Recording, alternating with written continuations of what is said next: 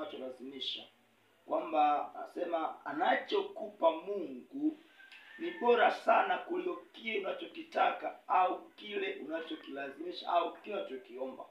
Kwa Mungu anachokuamulia ni bora kuliko kile unachokihitaji. Watu wengi nataka Mungu atende kama tunavyotaka.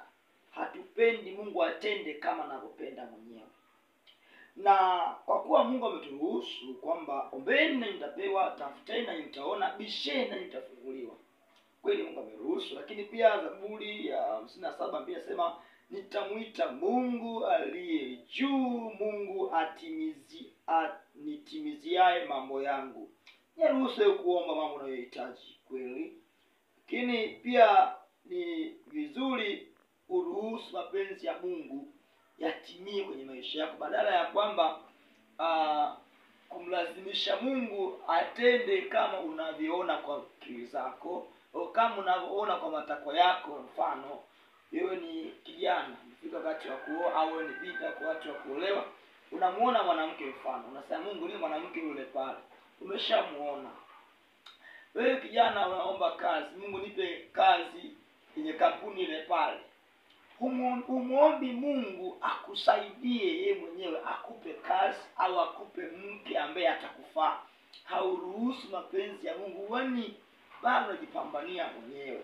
Kwa hiyo licha kwa tunaambia tuombe, lakini ndio kwamba Mungu anataka turuhusu mapenzi ya Mungu kutimia kwenye maombi yetu. Haleluya. Lakini pia kitabu cha Mathayo 6:10 nasema mapenzi yako yatimizwe hapa duniani kama huko mbinguni. Mapenzi yako yatimizwe hapa duniani kama huko mbinguni. Ni hali ya kusalenda, waacha Mungu aamue kwamba mapenzi yake yatimizwe.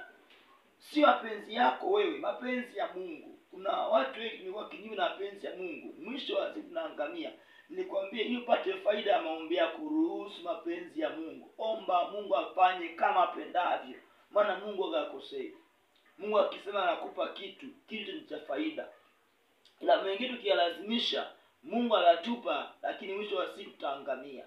Kwa hiyo ni muhimu sana ujue kwamba na sio ulio kazi ujifunze kwamba inakupasa umuombe Mungu. Sasa basi ikiwa ninyi mlio waovu mnajua kuwapa watoto wenu vipawa vyema, si zaidi sana Baba yenu aliye mbinguni atawapa mema wao wamuombao?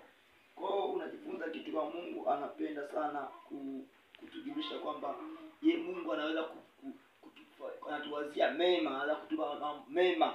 Haleluya. Kama wewe mzazi utaki mwanao afanye kitu kibaya, si zaidi ya Mungu wetu ambaye anatupenda kwa namna kama ile.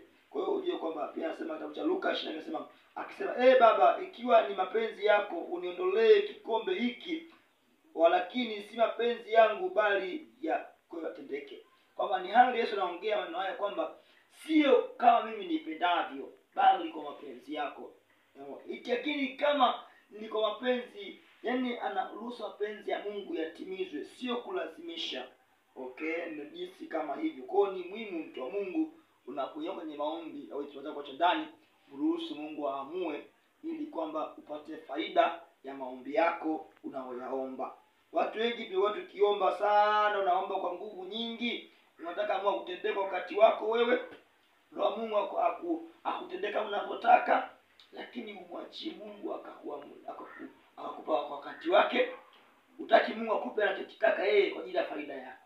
Kwa mwisho wa siku unaishi katika manunguniko. Mungu umenipa sasa hivi imeniumiza, lakini ulilazimisha.